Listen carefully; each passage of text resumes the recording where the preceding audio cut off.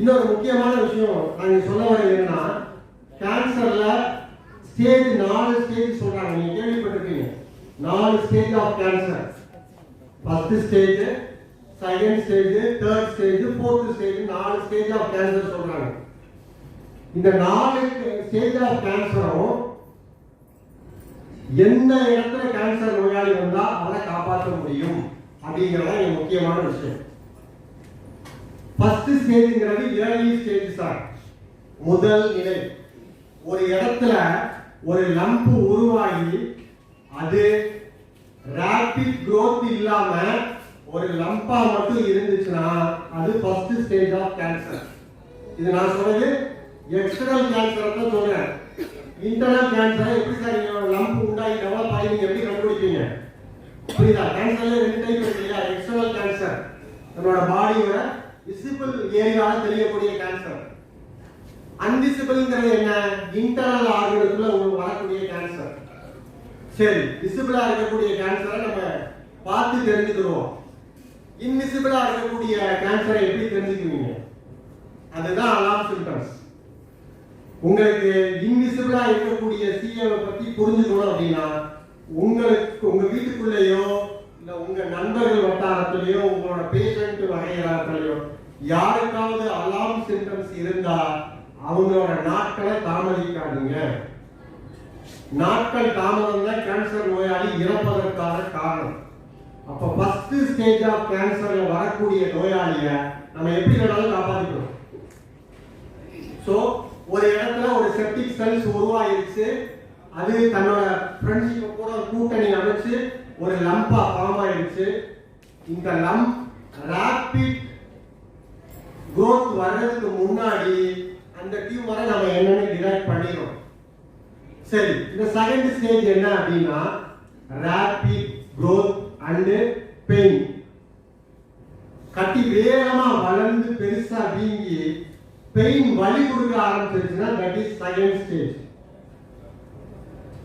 இரண்டாவது நிலை கேன்சர். ஒரு கட்டி ஒரு இடத்துல இருக்கு, பெருசா வீங்கிருச்சு. பெரும்பாலும் பிரஸ்ட் சிஏ பேஷண்ட் போறாங்க செகண்ட் ஸ்டேஜ்ல தான் டாக்டர்க்கே போவாங்க. கட்டி உள்ள லம்ப் இருக்கும்போது நீங்க நிறைய டிவி மெடிக்கல் காலேஜ் ஹாஸ்பிட்டல் போகலாம் போனீங்கன்னா நிறைய பிளக்ஸ் வச்சிருப்பாங்க. பெண்கள் குளிக்கும் போது உங்களோட மார்பகத்தை நீங்களே சுய பரிசோதனை பண்ணிக்கொள்ளுங்க.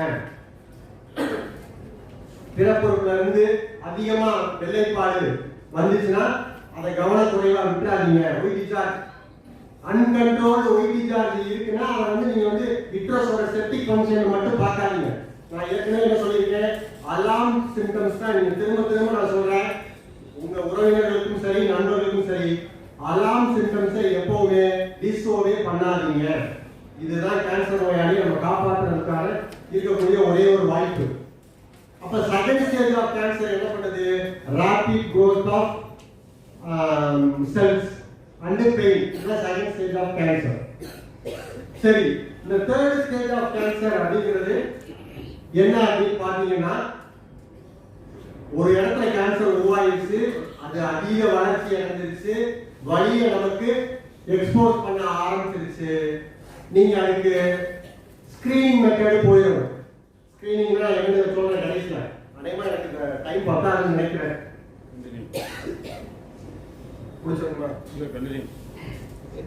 இந்த மேனேஜ்மெண்ட் ஆஃப் கேன்சர் கடைசியில ஒரு டாபிக் பார்க்க போறோம். அதோட ஸ்கிரீனிங்கை பத்தி நான் சொல்றேன். சோ இந்த செகண்ட் ஸ்டேஜ் ஆஃப் கேன்சர் பெரும்பாலும் பிரஸ்ட் கேன்சர் செகண்ட் ஸ்டேஜ்ல தான் வர்றாங்க. வீக்கம் கொடுத்து வலி கொடுத்தவங்க தான் டாக்டர்க்கே வர்றாங்க. செகண்ட் ஸ்டேஜ் பரவாயில்ல, அந்த நோயாளிய நம்ம டேக் கேர் பண்ணலாம். அவங்கள என்ன பண்ணலாம், ஓரளவு நம்ம காப்பாற்றக்கூடிய முயற்சியை பண்ணலாம். எப்படி காப்பாற்றணும்னு நான் சொல்றேன், கடைசியா சொல்றேன்.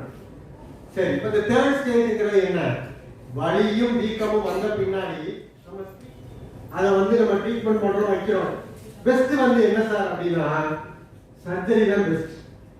நான் என்ன இப்படி சொல்றேன்னு யோசிக்காதீங்க. சர்ஜரி ஆங்கில மருத்துவத்துக்கு சொந்தமானதுன்னு யோசிக்காதீங்க. அது நம்ம இந்திய மருத்துவத்துக்கு சொந்தமானது. முதல்ல அறுவை சிகிச்சை தோன்றிய மருத்துவமே ஆயுர்வேத மருத்துவம் தான். அது ஆங்கில மருத்துவம் ஹைலைட் பண்ணி அவங்களுக்கு சொந்தமா கொண்டு போயிட்டாங்க.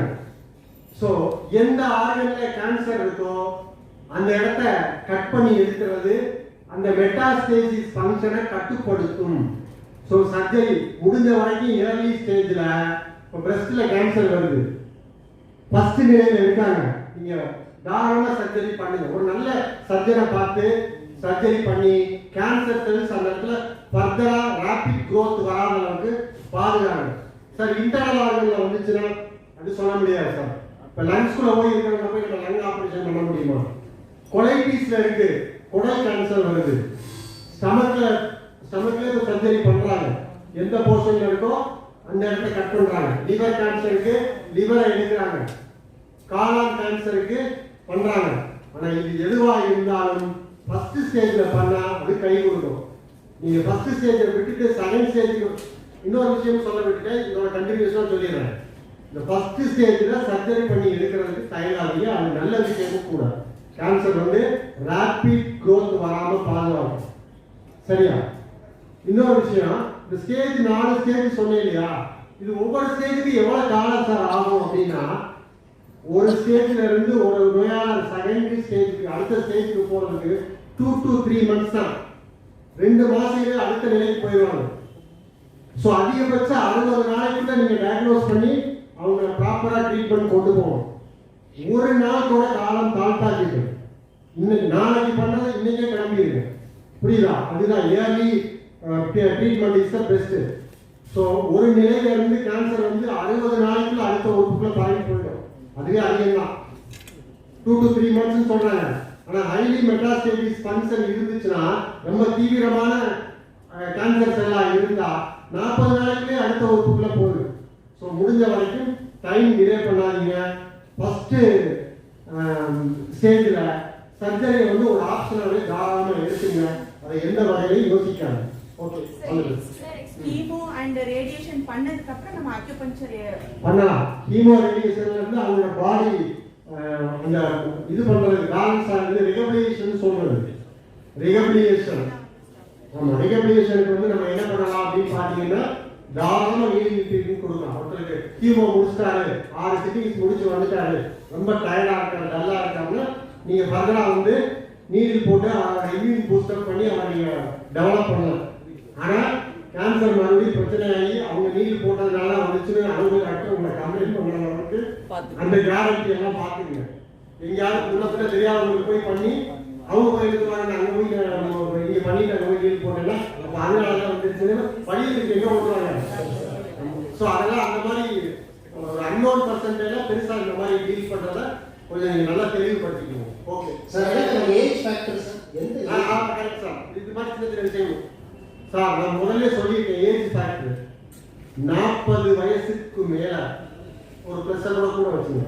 50 வயசுக்கு மேல யாருக்காவது எந்த பகுதியிலேயாவது ஒரு கட்டி வந்துச்சுன்னா அது மேபியே மேலிக்னன்ட் ஆகிறதுக்கு நிறைய பாசிபிலிட்டிஸ் உண்டு. 50 இயர்ஸ். ஸோ 50 வயசுக்கு மேல இருந்து யாருக்கு கட்டி வந்தாலும் உடனே அது என்ன கட்டின்னு பார்த்துருங்க. ஸோ 40 to 50 இயர்ஸ்க்குள்ள டியூமர் வந்துச்சுனாலே நீங்க முதல்ல அதை என்ன டயக்னோஸ் பண்ணிடுங்க. அது நார்மலா இருக்கு போகட்டும். நம்ம டயக்னோஸ் பண்றதுனால ஒரு 5000 ரூபாய் செலவு பண்றதுனால என்ன கெட்டு போயிட போகுது. 40 வயசுக்கு மேல யாருக்கு கட்டி வந்தாலும் முதல்ல அதை பரிசோதனைக்கு உட்படுத்தி அது என்னன்னு டிடெக்ட் பண்ணிடுங்க. அதுதான் பெஸ்ட் சாய்ஸ். அதே மாதிரி இந்த பரம்பரை ஜெனடிக் கண்டிப்பா சார் கேன்சர் வர்றதுக்கான காரணத்துல பாத்தீங்கன்னா ஜெனடிக் ஃபேக்டர் கண்டிப்பாக உண்டு. உங்க பரம்பரையில அம்மாவுக்கோ பாட்டிக்கோ யாராவது இருந்துச்சுன்னா ஜெனடிக்கல் ஃபேக்டர்ல அந்த 40 வயசை கடக்கும் போது உங்க யாருக்கு இருக்கோ அவங்களுக்கும் கேன்சர் வர்றதுக்கு ஃபேக்டர் காரணி உண்டு, ஜெனடிக்கல் காரணி உண்டு. அந்த இடத்துல இந்த பாயிண்ட மறந்துடாதீங்க. ஸோ உங்க வீட்டுக்குள்ள யாருக்காவது ஃபேமிலிக்கு கேன்சர் இருக்குன்னா நீங்க மாசத்துல ஒரு நாள் இல்ல 15 நாளைக்கு ஒரு தடவை இந்த பாயிண்ட்ல நீடில் போட ஆரம்பிச்சிருங்க. நான் சொன்ன மாதிரி தூக்கம் முடிக்காதீங்க, அசிடிக் ஃபங்க்ஷன் பாடியில வராம பாத்துக்கங்க. நல்ல walking and exercise, more oxygen வந்து நம்ம பாடியில அசிடிக்க கட்டுப்படுத்தும். நல்ல ஓபன் ஸ்பேஸ்ல வாக்கிங் போங்க, ஜாகிங் போங்க, நிறைய ஆக்சிஜனை இன்ஹேல் பண்ணுங்க, அசிடிக்க கண்ட்ரோல் பண்ணும். ஸோ இந்த மாதிரி விஷயங்கள்லாம் முன்னாடியே செஞ்சு நம்ம ஜெனடிக்ஸ்ல பரம்பரை சொத்து நமக்கு இருந்தா கூட வராமல் கண்டிப்பாக பாதுகாக்கணும்.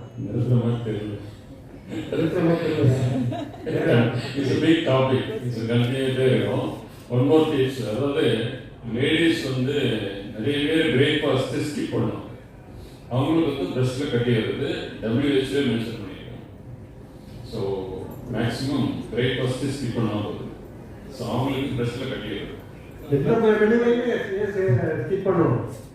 வாழவே சாப்பிட்றதுக்கு தானே 3 வேளையும் நல்லா சாப்பிடுங்க, அவங்க நல்லா தூங்குங்க, சந்தோஷமா